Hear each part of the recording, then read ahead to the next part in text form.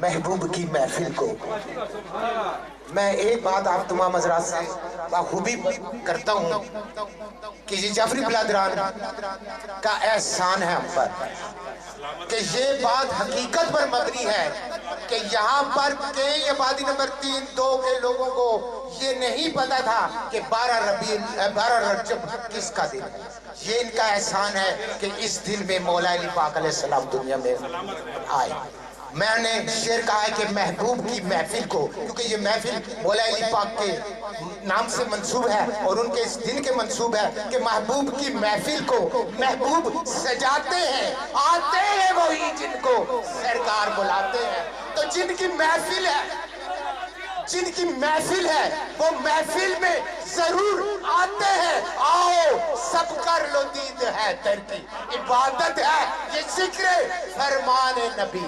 میں ملتمس ہوں جناب عزت مآب جعفری برادران کا بھی احسان ہے اور اس گھرانے میں، کیونکہ اس محفل میں ایک شہزادے بھی تشریف لائے ہیں، جناب سید عارف شرازی صاحب جو کہ اس حلقے سے منتخب ہیں، اور ان کے ساتھ ہیں میرے پیارے چھوٹے بھائی جناب حاجی رضوان صاحب. میں ناظم بٹ صاحب کا اور ان کے آنے والے، ان کے ساتھ جتنے بھی آنے والے ہیں، میں جعفری برادران کی طرف سے تہ دل کے ممنون ہوں کہ آپ نے اتنے قیمتی وقت میں اپنا وقت نکالا اور ہم لوگوں کو عزت بخشی.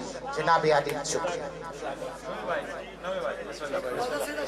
اسکندر بھائی سلامت رہو، بہت شکریہ، بہت شکریہ صاحب.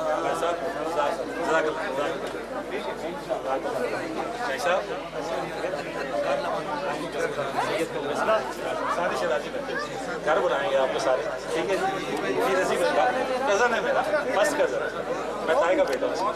سارے بھائی شرازی برادران کی طرف سے کہ آج وہ 12 رجب ولادت امام علی علیہ السلام کے سلسلے میں جو ہم نے یہ پروگرام مرتب دیا ہے اس میں آئے اور ہمیں عزت افزائی دی.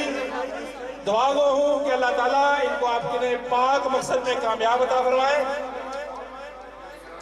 اور اب میں مائک دے رہا ہوں جناب رافع ہاشمی صاحب کو، کیونکہ میں بول کے تھک گیا ہوں.